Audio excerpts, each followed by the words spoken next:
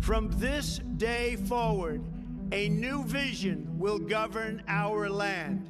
From this day forward, it's going to be only America first. America first. Standing in front of the U.S. Capitol on January 20th, 2017, Donald Trump said two words that would change American politics forever: America first. The message may have seemed simple, but it signaled the dawn of a new era in American history. America First was not just a slogan, it was a philosophy with profound implications for American statecraft. Nowhere was this more true than on the issue of foreign policy.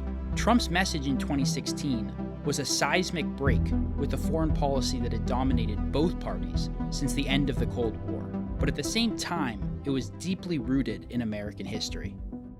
To understand that history, we have to go back to the beginning. The historian Walter Russell Mead outlined four schools of thought in American foreign policy, centered around the philosophy of four American statesmen. The first are the Wilsonians, named for Woodrow Wilson. Wilsonians dream of a world based on international law and human rights, enforced by global institutions, with America at the helm. In 1917, Wilson famously declared that the world must be made safe for democracy. In the view of his intellectual progeny, that is the highest calling of American foreign policy. The second are the Hamiltonians, named for Alexander Hamilton. Like the Wilsonians, this school is also internationalist, but unlike the Wilsonians, Hamiltonians view the world as an economic marketplace and believe American foreign policy should be focused on defending and expanding the international financial system by supporting free trade and global commerce, rather than liberal democratic values. The third are the Jeffersonians, named for Thomas Jefferson. The Jeffersonians represent a libertarian, inward-looking foreign policy, the closest of the four to true isolationism. They prioritize the preservation of American liberty and democracy at home, and are skeptical of global institutions and of internationalism writ large. The fourth and final group are the Jacksonians, named for Andrew Jackson. The Jacksonians are neither isolationist nor internationalist. They view the world in terms of competing interests rather than ideologies or values. Jacksonianism is an old-school, honor-bound view of foreign policy. We won't mess with you if you don't mess with us, but if you do try to hurt us, we punch back twice as hard. Since World War II, U.S. foreign policy has been shaped primarily by Hamiltonians and Wilsonians. Both were internationalists. Both believed in an activist American role in the world. The Hamiltonians saw American foreign policy as a means of opening and accessing global markets and lucrative trade networks, what would later come to be known as neoliberalism. The Wilsonians saw the liberal world order in terms of values.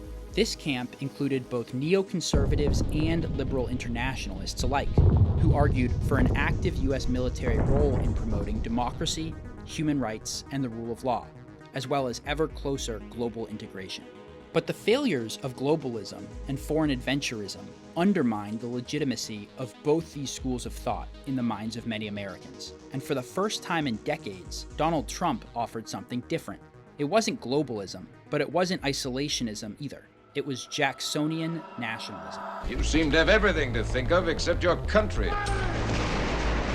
We're going to have strong, incredible borders. Texas today commemorates 400 miles of new border wall constructed under President Trump. Abu Bakr al-Baghdadi is dead. We're taking in right now hundreds of billions of dollars. We're taking in billions of dollars of tariffs. The United States military successfully killed the #1 terrorist anywhere in the world, Qasem Soleimani. The president heralding the first Arab nations to recognize Israel since 1994. Jacksonians don't believe America is an idea or an abstract set of principles. They believe, as Walter Russell Mead wrote, that it is the nation-state of the American people, and its chief business lies at home. The purpose of American government, in this view, is not to make the world safe for democracy, or to serve the interests of a liberal international order, but to maintain a singular and exclusive commitment to defending the well-being of American citizens. In other words, America first.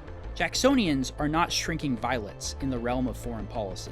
They want America to be muscular in defense of its interests, and they hate when our leaders are weak, either because they're too isolationist and are therefore unwilling to defend the country, or because they are too internationalist and are therefore concerned with human rights or democracy rather than the safety and prosperity of the American people. But Jacksonian foreign policy also emphasizes being fair and non-ideological in international relations. We went from mistakes in Iraq to Egypt to Libya to President Obama's line in the sand in Syria.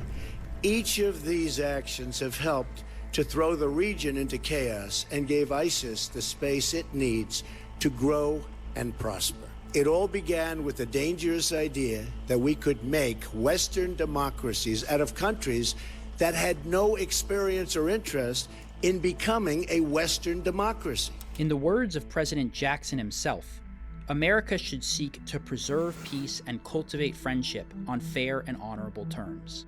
The Trump presidency was a great time to be a friend of America. We strengthened ties with allies in Asia, like Australia, Japan, and India, negotiated the historic Abraham Accords, and forged stronger relationships than we've had in decades with allies in our own backyard. At the same time, our enemies were put on notice. In a blink of an eye, Trump reversed years of American weakness and defeated ISIS, killing its leader, al-Baghdadi. He took out Qasem Soleimani, a senior Iranian general who had the blood of Americans on his hands. And he had no time for silly international agreements that served no purpose other than tying America's hands and weakening our nation. Unlike the Wilsonians, the Jacksonians don't see international conflict in moral terms. It's not good versus evil or democracy versus tyranny. It's simply different nations pursuing their respective interests. The purpose of American government is to pursue our interests, even as every other country's government pursues theirs.